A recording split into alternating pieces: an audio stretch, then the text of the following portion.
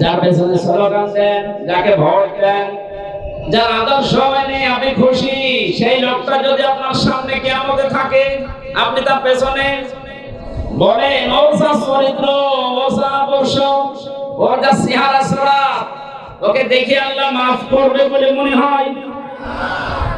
দেখলেন? এখন বলছেন না, তো ধরা খাবে।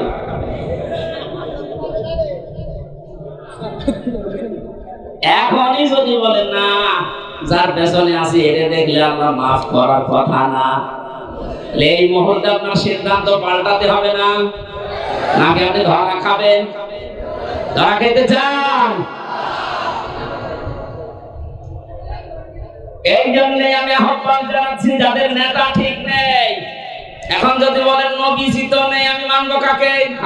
কোরআনে কারীম জানিয়েছে, ইয়া আইয়ুহাল্লাযীনা আমানু আতিউল্লাহা ওয়া আতিউর রাসূলা ওয়া উলিল আমরি মিনকুম ইলা আখির আয়াত।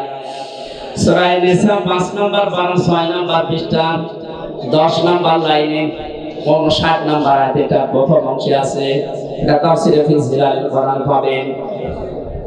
সাইয়্যিদ কুতুব লিখেছেন, আল্লাহ ডাক দিয়েছেন, ইমানদারেরা আমাকে মেনে নাও, আমার আনুগত্য করো, আমার রাসূলের আনুগত্য করো। আর তোমাদের ভেতরে যারা উলিল আমর আছে, নেতা আছে, গরম লাগতেছে, সভাপতি ঠিক আছে, এনারা তুলে নিয়ে যান পাশে পাশে এলাকায়। আজকের মাহফিলের সভাপতি না, সভাপতি অসুস্থ, অঞ্চলে যাচ্ছে, দোয়া চেয়েছে, আমরা দোয়া করছি ইনশাআল্লাহ। যান নিয়ে যান, এখানে আরেকজনকে বসিয়ে দেন। সুবহানাল্লাহ আলহামদুলিল্লাহ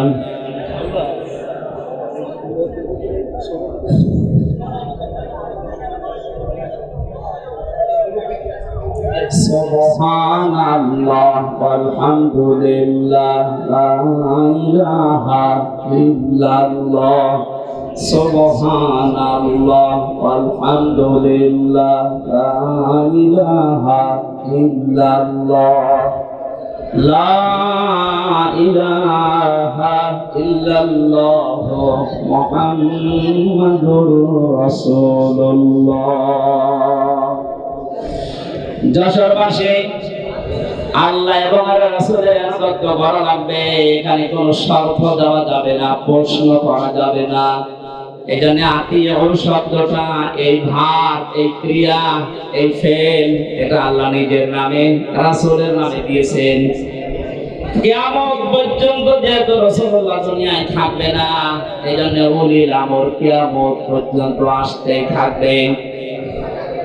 আল্লাহ রাসূলের পরে যদি দুনিয়ায় কাউকে আপনি আদর্শ মানতে চান, নেতা মানতে চান, সামনে রাখতে চান, দেখতে হবে ওই লোকটা আল্লাহ রাসূলকে মেনে চলে কিনা। এরা যেহেতু নফল না, মুস্তাহাব না, সুন্নাত না, এটা ফরজ। নামাজ যেভাবে ফরজ মনে করে পড়ি, আদর্শ ঠিক করাটাও আমাদের জন্য এই মুহূর্তে ফরজ, কারণ এটার সাথে আমার আখিরাত জড়িত। কথা বলে ঠিক কিনা? যাদের ঠিক নেই, আশা করছি আপনি এখনই পাল্টিয়ে যাবেন। আল্লাহ রাসূলকে যে লোকটা মেনে চলে, তাকে আপনার মানা ফরজ। যে আল্লাহ রাসূলকে মানে না, তাকে মানা হারাম। এবার আপনার বিবেকের উপরে দিলাম। এই কথা শোনার পরে কারো যদি মনে হয় এটা তো রাজনীতি হয়ে গেল, হ্যাঁ এটা রাজনীতি, আপনার কাছে যেন উল্টো পাল্টা মনে না হয়, এজন্য আমি আয়াত পারা, পৃষ্ঠা, লাইন, রুকু, সূরার নাম, তাফসীরের নাম বলেছি। আপনি বাড়িতে যেয়ে মিলিয়ে দেখেন, যদি না পান আমি আর কথা বলবো না, কিন্তু যদি পান আপনাকে মেনে নেওয়া লাগবে। এক কথা বললেন, আপনি নিজে পড়াশোনা করবেন না, করান। হামজা এত পড়াশোনা করে বলবে, আপনি মানবেন না। কি হয়েছে, কি আপনি কি হয়েছে বলেন। আহ্বান জানাচ্ছি আপনার সাথে যেন আখিরাত সম্পর্কিত, এই জন্য আদর্শটা ইয়াসিন বলে আল্লাহ যাকে ডাক দিয়েছে, তাকে আপনি মেনে নেবেন বলে আমার বিশ্বাস। নয়তো আপনি এত কষ্ট করে লোক দেখানোর জন্য এসেছেন। আল্লাহ আমাদের মনের অবস্থা যেন পরিবর্তন করে দেন, বলেন আমিন। এখানে একটা হাদিস মনে পড়ছে, মানিত্তাবাল হুদা বিগাইরিল কুরআন আদাল্লাহুল্লাহ। তিরমিজি শরীফের হাদিস।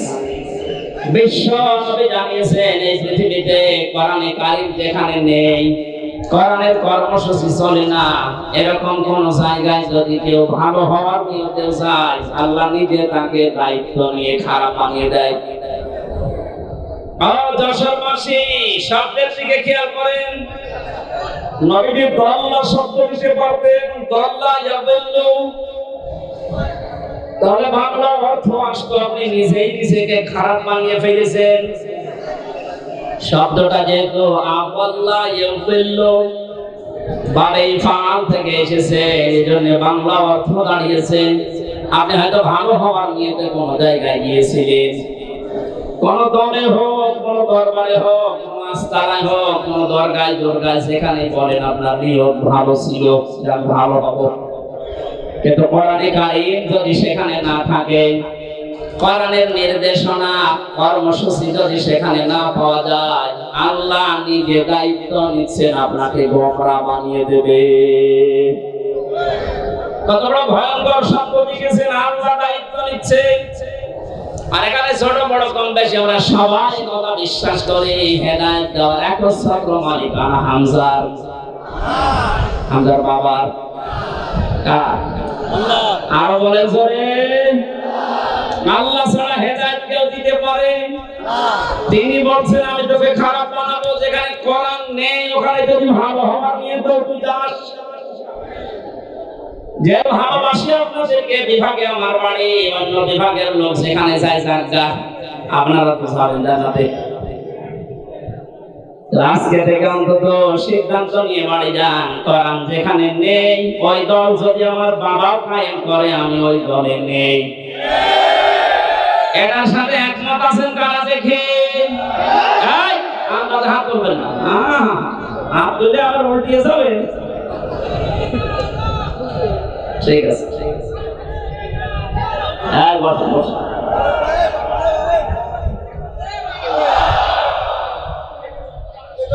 মামা ওয়াজ তো হয়ে গেছে, আবার ওয়াজ করা লাগবে?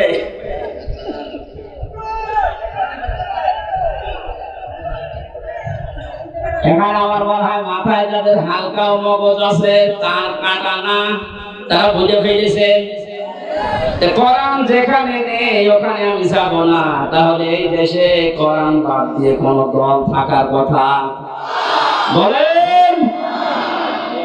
এটা শুধু আজকে সামিয়ানার নিচে হাত তুলে শেষ না, এটা কিন্তু আল্লাহকে দেখিয়েছেন।